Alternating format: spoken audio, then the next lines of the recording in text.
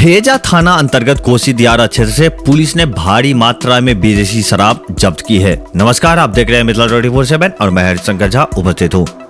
भेजा थाना अंतर्गत कोसी दियारा क्षेत्र से पुलिस ने भारी मात्रा में विदेशी शराब जब्त की है। मौके से एक व्यक्ति को गिरफ्तार किया गया है। यह कार्रवाई भेजा थाना अध्यक्ष अरविंद कुमार ने गुप्त सूचना पाकर शुक्रवार शाम एएसआई उमेश पांडे सहित अन्य पुलिस बलों की मदद से बस्सीपट्टी पंचायत के नोनियारी टोला में की। केमिकल वाले लोहे के 8 ड्रम में शराब की बोतलें भरकर होली में खपत करने के लिए मंगाई गई थी। ड्रम के अंदर लकड़ी का बुरादा डालकर शराब की बोतलों को रखा गया था।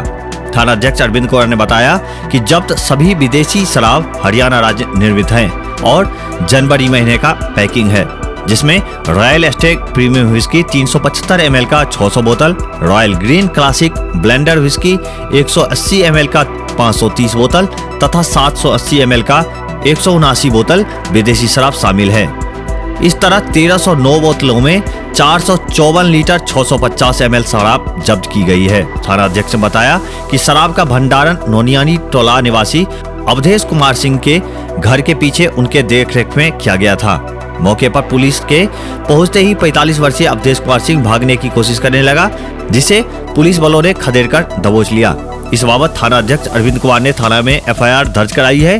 दर्ज एफआईआर में कहा गया है कि बस्सीपट्टी टोला नोनियारी निवासी मंटोन सिंह के पुत्र रंजन कुमार सिंह द्वारा गुरुवार रात शराब की खेप मंगाकर अवधेश कुमार सिंह के निगरानी में रखा गया था। एफआईआर में अवधेश कुमार सिंह और रंजन कुमार सिंह को नामजद आरोपी बनाया गया है। मौके से गिरफ्तार अवधेश कुमार सिंह को न्यायिक हिरासत में शनिवार को भेज दिया गया। बिहार में पूर्ण शराबबंदी कानून लागू होने के बाद भेजा थाना क्षेत्र में जब्त की गई शराब अब तक का सबसे बड़ा खेप माना जा रहा है।